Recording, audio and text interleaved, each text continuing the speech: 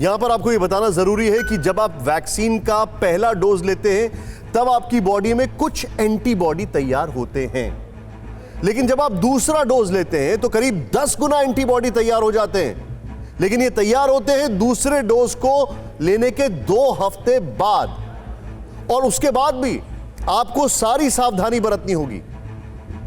इस बीच state bank of India यानी SBI की एक रिसर्च टीम ने कोरोना को लेकर बेहद हैरान करने वाली रिपोर्ट जारी की है।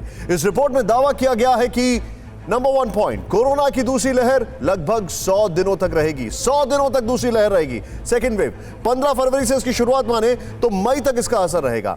23 मार्च के ट्रेंड को आधार माने तो देश में दूसरी लहर 25 लाख से अधिक लोग संक्रमित हो सकते हैं।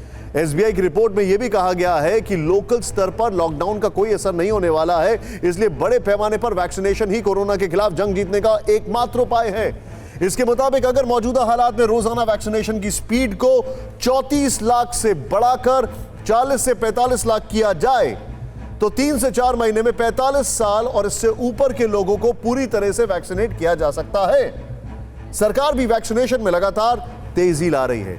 इसी के तहत 1 अप्रैल से 45 साल के सभी लोगों को वैक्सीन दी जाएगी। लेकिन कोरोना की दूसरी लहर को लेकर सबसे बड़ी फिक्र महाराष्ट्र की है, जहां हर रोज नए मामले बढ़ते जा रहे हैं। 24 मार्च को यहां 31,855 नए केस दर्ज किए गए और मुंबई में नए संक्रमितों की संख्या 5,000 को पार कर गई। केंद्रीय स्वास्थ्य मंत्रालय के मुताबिक देश के 10 जिलों में कोरोना के सबसे ज्यादा एक्टिव केस हैं। 9 जिले महाराष्ट्र के हैं, 9 जिले। कर्नाटक का एक जिला बेंगलुरु भी है इस लिस्ट में। सोचें आप, महाराष्ट्र के जिन जिलों में सबसे ज्यादा कोरोना के एक्टिव केस हैं वो है पुणे, नागपुर, मुंबई, ठाणे, नासिक, औरंगाबाद, नांदेड़, जलगांव और अकोला।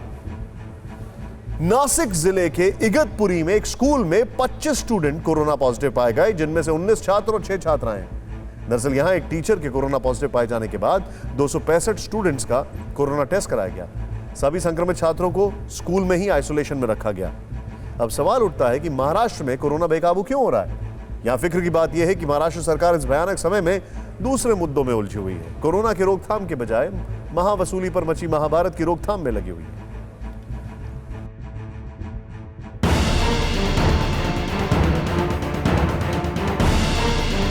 महाराष्ट्र में खाकी, खादी और महावसूली को लेकर घमासान जारी है। बीजेपी समेत तमाम विपक्षी पार्टियां प्रदेश के गृह मंत्री अनिल देशमुख से इस्तीफे की मांग कर रही हैं। इस सिलसिले में आज केंद्रीय मंत्री रामदास अठावले राष्ट्रपति रामनाथ कोविंद से मिले। उन्होंने मेमोरेंडम देकर महाराष्ट्र में राष्ट्रपति शासन लागू करने की मांग की। अठावले ने कहा कि उद्धव सरकार के रहते वसूली मामले की सही जांच कभी नहीं हो सकती। मैंने राष्ट्रपति को यही कहा है कि महाराष्ट्र में ये जो चल रहा है ये बहुत बड़ा गंभीर बात है और महाराष्ट्र में ये सरकार होते हुए वहाँ कोई मतलब ये पूरे मामले की इंक्वायरी नहीं हो सकती है। महाराष्ट्र सरकार को बर्खास्त करना चाहिए और वहाँ राष्ट्रपति शासन लागू करना चाहिए। उधर उप मुख्यमंत्री अजीत पवार के मुताबिक आज सीएम उद्धव ठाकरे ने महाराष्ट्र के राज्यपाल से मिलने का वक्त मांगा था, लेकिन राज्यपाल मुंबई में ही नहीं थे।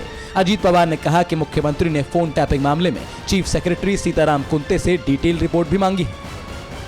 हमारे मिनिस्ट्री में जो भी है उनके साथ बहुत से लोगों के साथ उन्होंने बात की है और अंतिम निर्णय तो खुद चीफ मिनिस्टर, लेकिन मैंने पहले ही बताया चीफ मिनिस्टर साहब जो भी डिसीजन लेंगे उस डिसीजन के पीछे पूरे उनकी कैबिनेट उनके साथ है। इस बीच महाराष्ट्र कांग्रेस के प्रदेश अध्यक्ष नाना पटोले ने कहा कि बीजेपी चाहे जितने भी झूठे आरोप लगा ले, महाराष्ट्र की महाविकास अघाड़ी सरकार को नुकसान नहीं होगा। कोई गड़बड़ नहीं होगी। फेविका का मजबूत जोड़ है। 5 साल ये सरकार चलेगी और कितना भी एलिगेशन ये लगाए, झूठ एलिगेशन ये है और ये एलिगेशन का कोई भी फर्क ये सरकार पे नहीं पड़ेगा। और महाराष्ट्र को बार बार बदनाम करने का काम भी कर रही है। महाराष्ट्र की जनता इनको कभी माफ नहीं करेगी। सोचिए आप, बड़ा सवाल खड़ा यह होता है कि आखिर जो सुपर स्प्रेडर्स हैं, क्या महाराष्ट्र में उसको कंट्रोल किया जा रहा है? कोई और ध्यान भी दे रहा है? दरअसल इस पूरे मामले की शुरुआत एंटिलिया केस से हुई, जिसके आरोपी सचिन वाजे को 3 अप्रैल तक एनआईए की हिरासत में भेज दिया गया। आज वाजे को स्पेशल कोर्ट में पेश किया गया, जहां वाजे ने कहा कि उसे बलि का बकरा बनाया जा रहा है। वाजे के वकील ने UAPA unlawful activities prevention act लगाए जाने का विरोध किया। वहीं एनआईए की तरफ से कोर्ट में कहा गया कि सचिन वाजे के घर से 62 जिंदा कारतूस बरामद किए गए। सचिन वाजे कारतूस की जानकारी एनआईए को नहीं दे रहा है।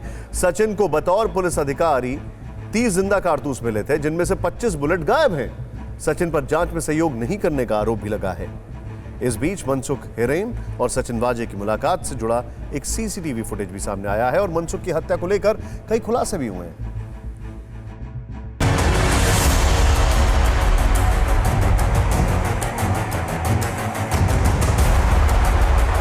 ये वही सीसीटीवी फुटेज है जिसके सामने आने के बाद सचिन वाजे एनआईए के रडार पर था।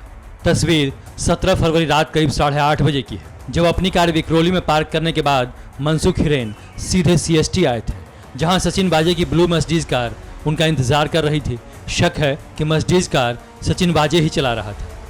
इस सीसीटीवी फुटेज को एटीएस ने जब बहुत माइन्यूटली जांच किया तो पता चला ये कार वही कार है जिसमें सचिन वाजे चलाया करते थे। इस कार को एनआईए ने कुछ दिनों पहले ही सीज किया है। ये ब्लू कलर की मर्सिडीज कार है।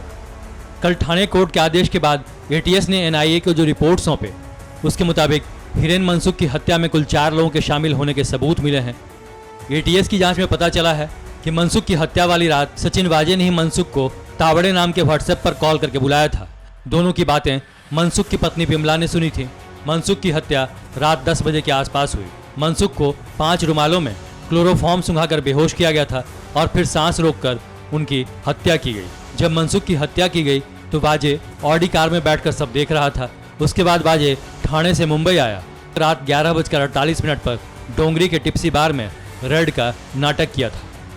मनसुख के आखिरी व्हाट्सएप कॉल से एटीएस को और भी कई अहम सुराग मिले हैं, जिसके आधार पर अहमदाबाद से बुकी नरेश गौर को दबोचा गया और फिर खुलासा हुआ कि गौर ने वाजे को 5 मोबाइल नंबर दिए थे।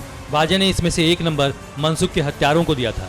इस मामले में गिरफ्तार विनायक शिंदे ने बताया कि वो वाजे से बातचीत करने के लिए फर्जी दस्तावेज पर खरीदे सिम कार्ड का ही इस्तेमाल करता था।